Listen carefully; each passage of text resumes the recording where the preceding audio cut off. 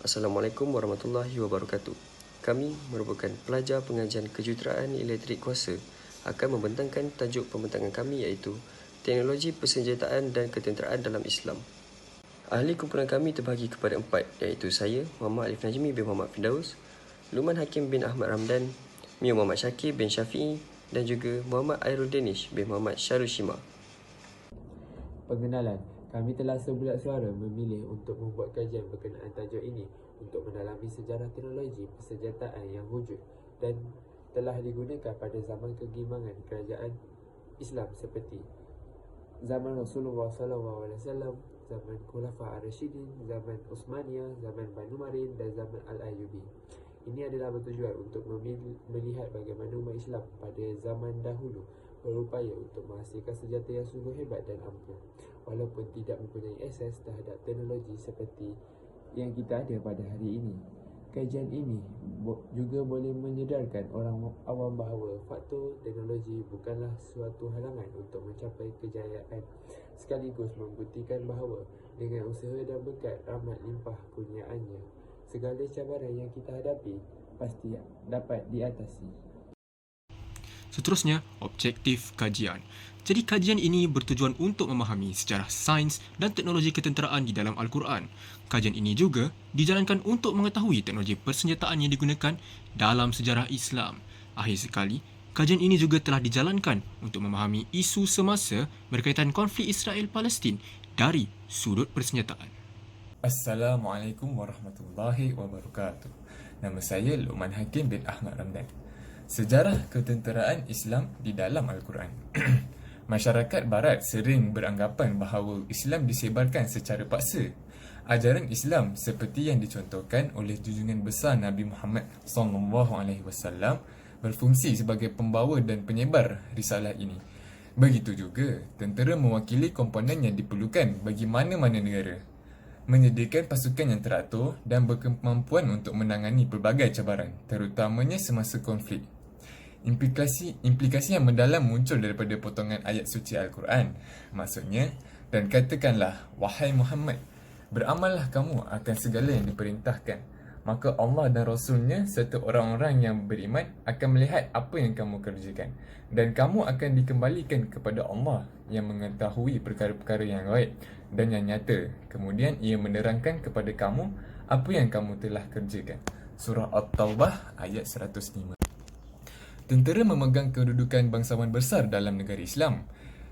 Para sahabat Rasulullah SAW yang terlibat secara aktif dalam tugas ketenteraan menimbulkan penghormatan yang mendalam bagi mereka. Rasulullah bersabda yang bermaksud, sesiapa yang mati kerana mempertahankan hartanya digelar sebagai syahid. Sesiapa yang mati kerana mempertahankan keluarga dan jiwa rakannya, ia digelar sebagai syahid.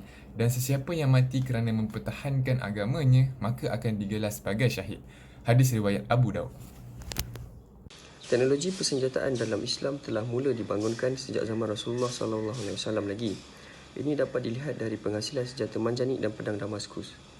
Manjanik pertama kali digunakan oleh umat Islam pada masa pengepungan Bani Taif. Salman Al-Farisi, seorang warga Parsi yang masuk Islam pada masa Nabi Muhammad SAW, adalah orang pertama yang menciptakan senjata tersebut atas perintah Nabi SAW. Manjanik merupakan mesin balut ayun yang dikendalikan dengan cara seseorang menarik tali pada salah satu sisi balut sehingga ujung balut yang lain berayun sangat kuat. Manjanik sebenarnya sudah dikenal sebelum penaklukan Islam. Faktanya, mesin lempar diyakini pertama kali ditemukan di Tiongkok antara abad ke-5 dan ke-3 sebelum Masihi dan tiba di Eropah sekitar tahun 500 Masihi. Kemudian, pada masa pemerintahan Islam, Salman mengusulkan agar digunakan sebagai senjata perang oleh Nabi SAW sebagaimana tercantum dalam Sirah Al-Halabiyah. Yang kedua, pedang Damaskus. Pedang Damaskus adalah pedang yang dihiasi garis-garis bergelombang, fleksibel, ringan dan mampu menembus armor. Hal ini menjadikan pedang Damaskus sebagai salah satu senjata yang paling bersejarah.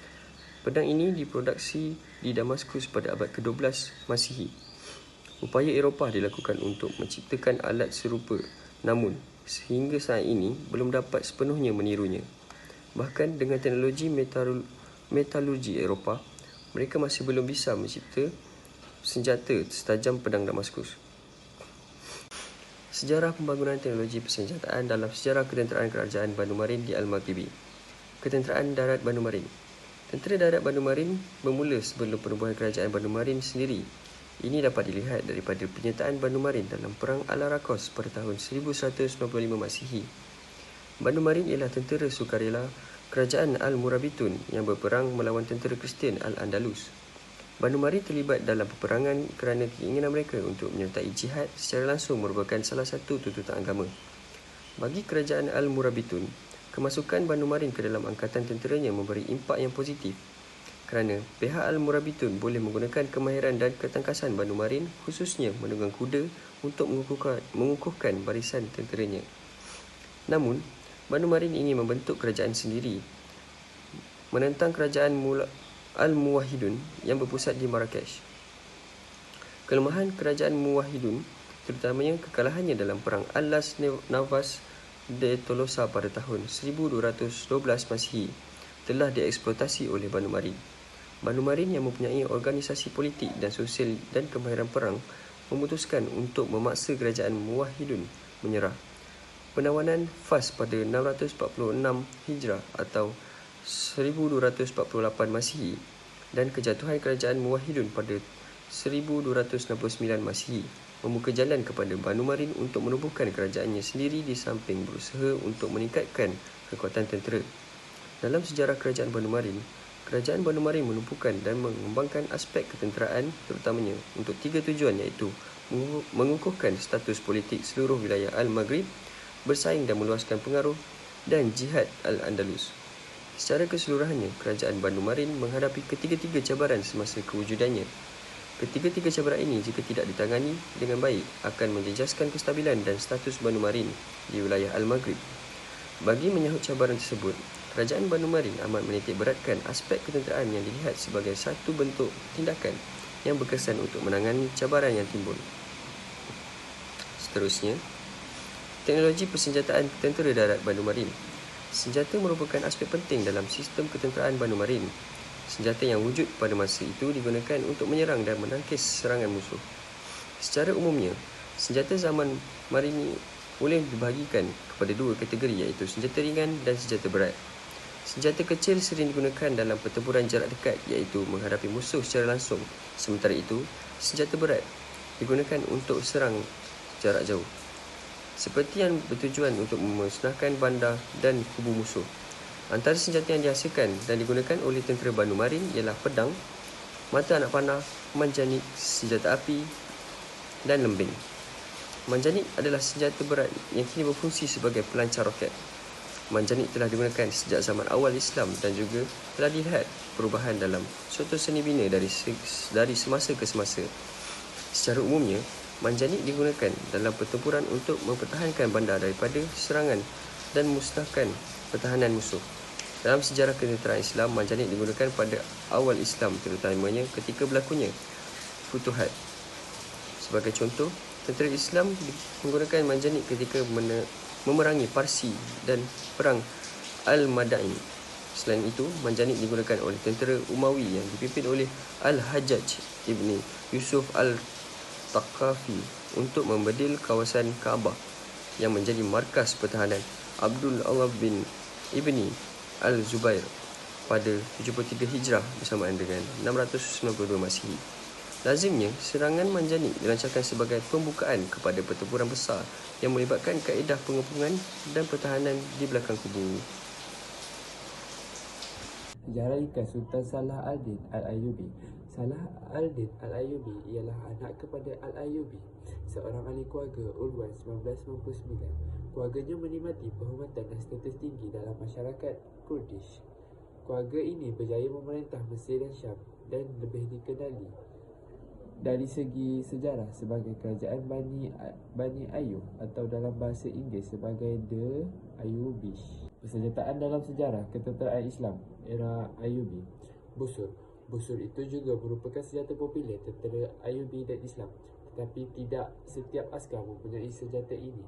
Hanya mereka yang memilikinya dan mampu menggunakannya dalam peperangan. Menurut Adibawati, sejak kecil mereka telah diajar dan digalakkan menggunakan senjata memanah dengan berkesan. Ia berfungsi sebagai lembing kecil yang boleh ditujukan pada jarak dekat atau jarak jauh. Busur atau anak panah mempunyai sejarah yang panjang yang telah dikatalogis oleh sejak Mesir kuno.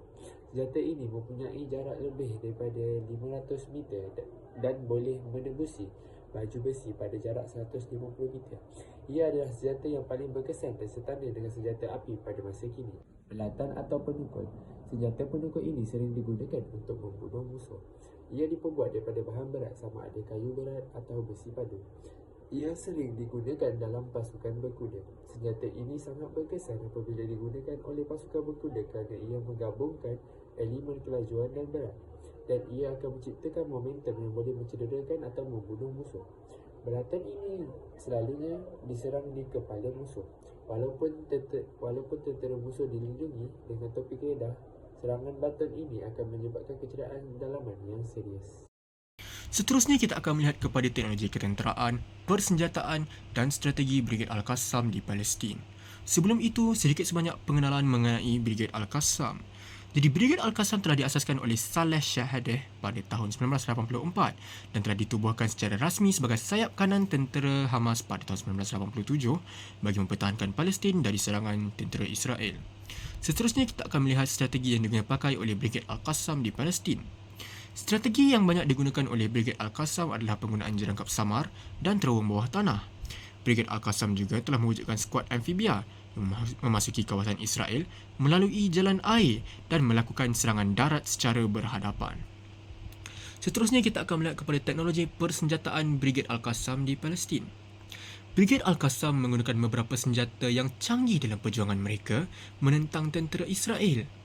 Antara senjata yang digunakan oleh Brigade Al-Qassam termasuklah roket Qassam yang mampu mencapai jarak sejauh 17.7 km, roket Fajar 5 yang boleh menjangkau sejauh 75 km dan M302 yang mampu mencapai sasaran sejauh 120 km. Kesimpulannya, terdapat beberapa faktor utama dalam peperangan yang berlaku yang direka secara sedar oleh manusia. Penyebaran dakwah agama dan perluasan kuasa merupakan faktor utama antara Islam dan Barat.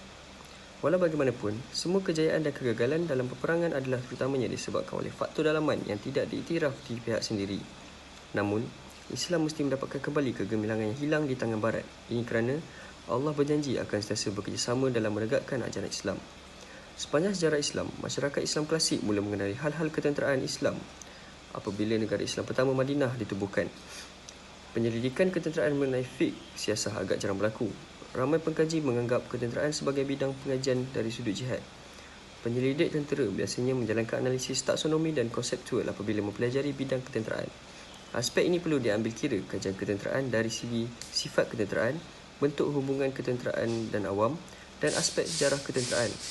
Untuk mencapai objektif ini, Samuel Huntington mencadangkan 3 bentuk ketenteraan, iaitu yang pertama, tentera profesional. Ini mewakili satu bentuk organisasi ketenteraan yang baik di negara-negara yang mempunyai keadaan politik yang stabil. Kedua, tentera praetorian, iaitu satu bentuk ketenteraan yang berkembang di negara yang mempunyai keadaan politik yang tidak stabil. Dan yang ketiga, tentera revolusioner, iaitu satu bentuk tentera yang berkembang di negara yang mempunyai keadaan politik yang stabil tetapi bermula dalam politik yang tidak stabil. Daripada pemahaman di atas, dapatlah kita simpulkan bahawa peranan atau fungsi angkatan tentera adalah menjalankan tugas-tugas dalam sektor pertahanan negara yang kita namakan sebagai peranan angkatan tentera. Sekian, terima kasih.